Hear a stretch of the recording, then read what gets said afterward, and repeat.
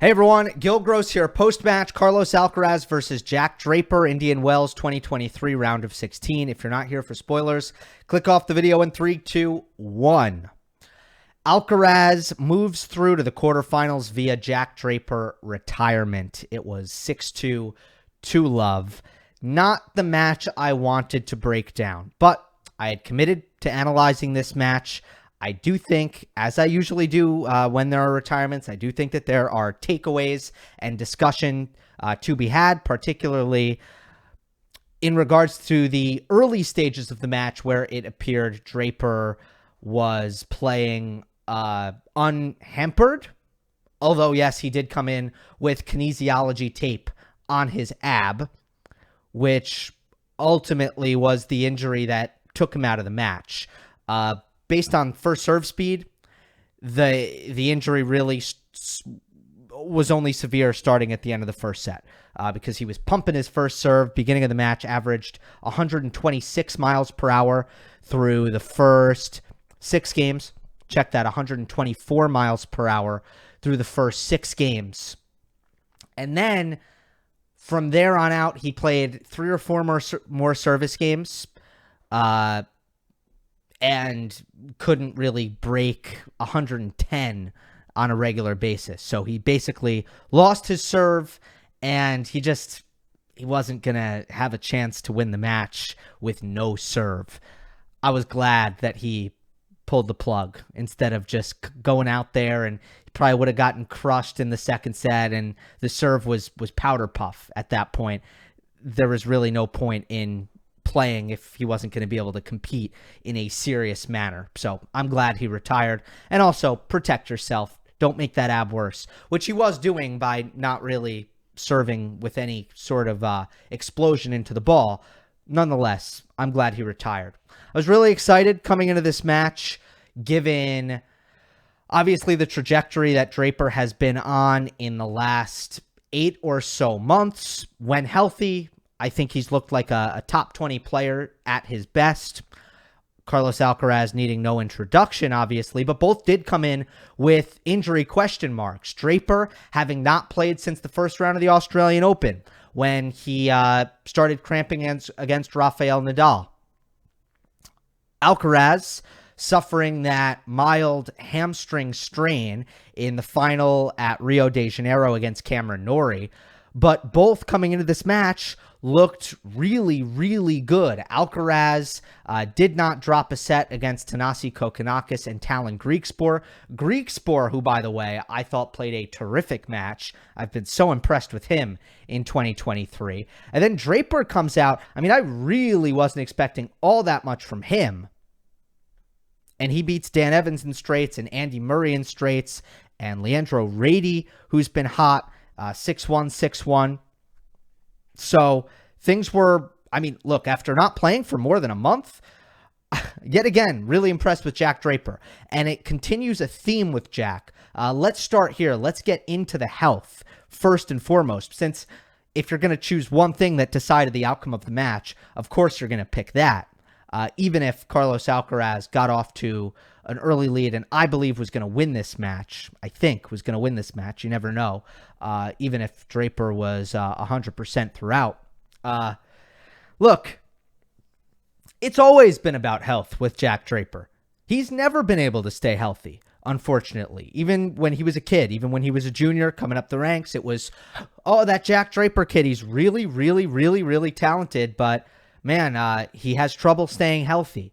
And as he's transitioned to his professional career, that has continued to be the main obstacle for Jack Draper. You look at the 3 biggest tournaments he's played in recent memory. U.S. Open, retirement against Khachanov, Australian Open, cramps against Nadal, and here at Indian Wells, the ab injury, retires against Carlos Alcaraz. Those are his last 3 big tournaments that he's played. Sorry to the Paris Masters. I don't mean to leave you out. But I think those are the 3 biggest, at least, with Paris being another Masters 1000. Look, point is, this is kind of the deal with him. And that's what he needs to try to do, is find a way to be durable in his career. Now, it goes even deeper than that, because Jason Goodall had some really great insight to share on the Tennis Channel broadcast, which is that Draper barely had an offseason. Didn't really have an offseason. He had 2 injuries in December, which is like the 1 month that tennis players get to go home and train for a full month. Just work out, get strong, work on, tinker with technique, go back to the garage and train. It's the 1 month you get to do that. He didn't get to do that. He got injured twice. So now he goes to Australia, apparently with no off-season training. He goes to Australia and has to try to kind of build himself up while, coming off of injury at the beginning of the year in January, which is not ideal. And it kind of brings me to the point on Draper. You look at his results and it's like, wow, this is a guy off injury. He was great in Adelaide. He beat Sun Wukong, lost to Khachanov in Adelaide 1, but then Adelaide 2, he makes the semifinals. He beats Sonego, Tommy Paul, gets revenge over Khachanov the very next week. Loses to Sun Wukong, who was amazing that week, in 3 sets. Pushes Nadal until he starts cramping. Like, what? That's a guy who didn't have an offseason? So I guess the continued theme with Draper is, on one hand, you keep getting injured. On the other hand, somehow your tennis is not suffering as much as theoretically it should. It shouldn't just be that Draper is missing a lot of time with injury. It should be, conventionally, it would be that his results are, or his level is suffering as well. The level seems to be there, which is incredible. Hadn't played since January 16th. And yet on March 6th, he comes out to play Indian Wells and he makes the round of 16 with 2 really excellent wins over Evans and an informed Murray. All right. It's a balance here. It's not positive, it's not negative, but that's the picture with Jack Draper. In terms of what I observed in this match, this is Indian Wells at night. A cold night. There was even wind. And I felt like Draper was in trouble in this match right after the opening game. I did.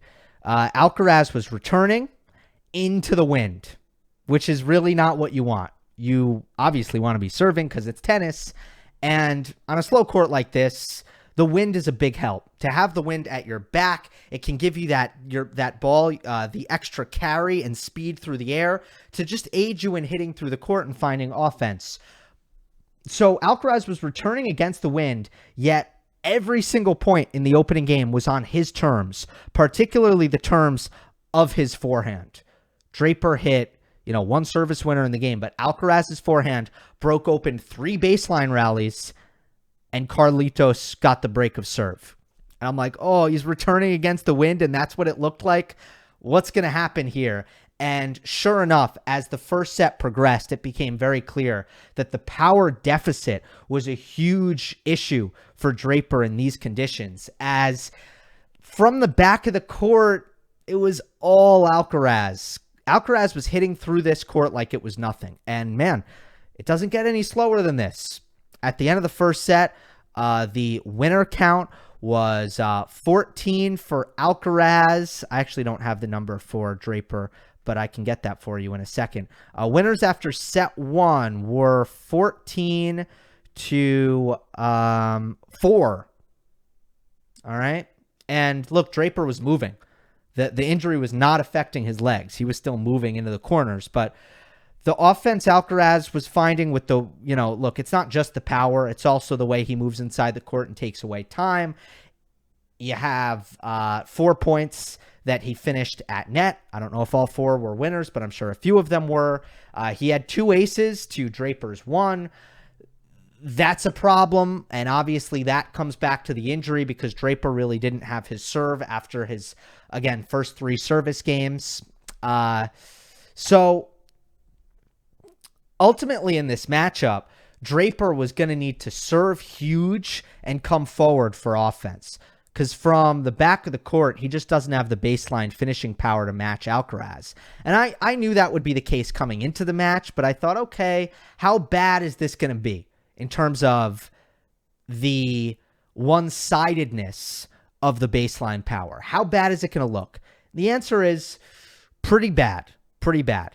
And that's not to say that Draper has an issue that a lot of other players on the tour wouldn't have. No, I mean, again, this is Indian Wells at night.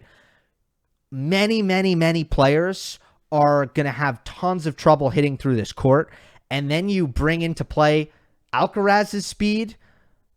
It's very few players are not going to have an issue with that. So let me be clear about that. But Draper was not one of those very few players. And even fully healthy, he was not going to be one of those few players. Because it's kind of a weakness for Draper is just his ability to create, hit with enough pace, particularly with his forehand from attacking positions in the middle of the court.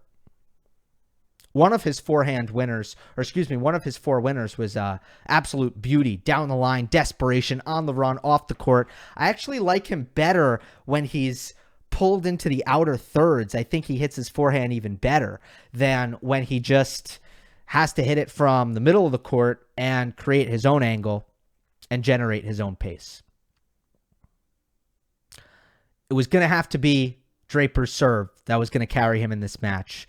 In these conditions, it was unlikely even that was going to happen. But with the injury, it left him no chance. Left him absolutely no chance. I will say I'm just really thoroughly impressed with Alcaraz's level. Let's not forget this is his first hard court tournament of 2023. It would have been completely understandable if in these unconventional conditions that, you know, there might have been some adjustment period for Carlitos, especially because we don't know how recovering from the injury has affected his preparation for the tournament, but the level has been sky high. And I will offer, and this was also an observation from the Greek score match in the previous round, Alcaraz's drop shot is looking really, really great again.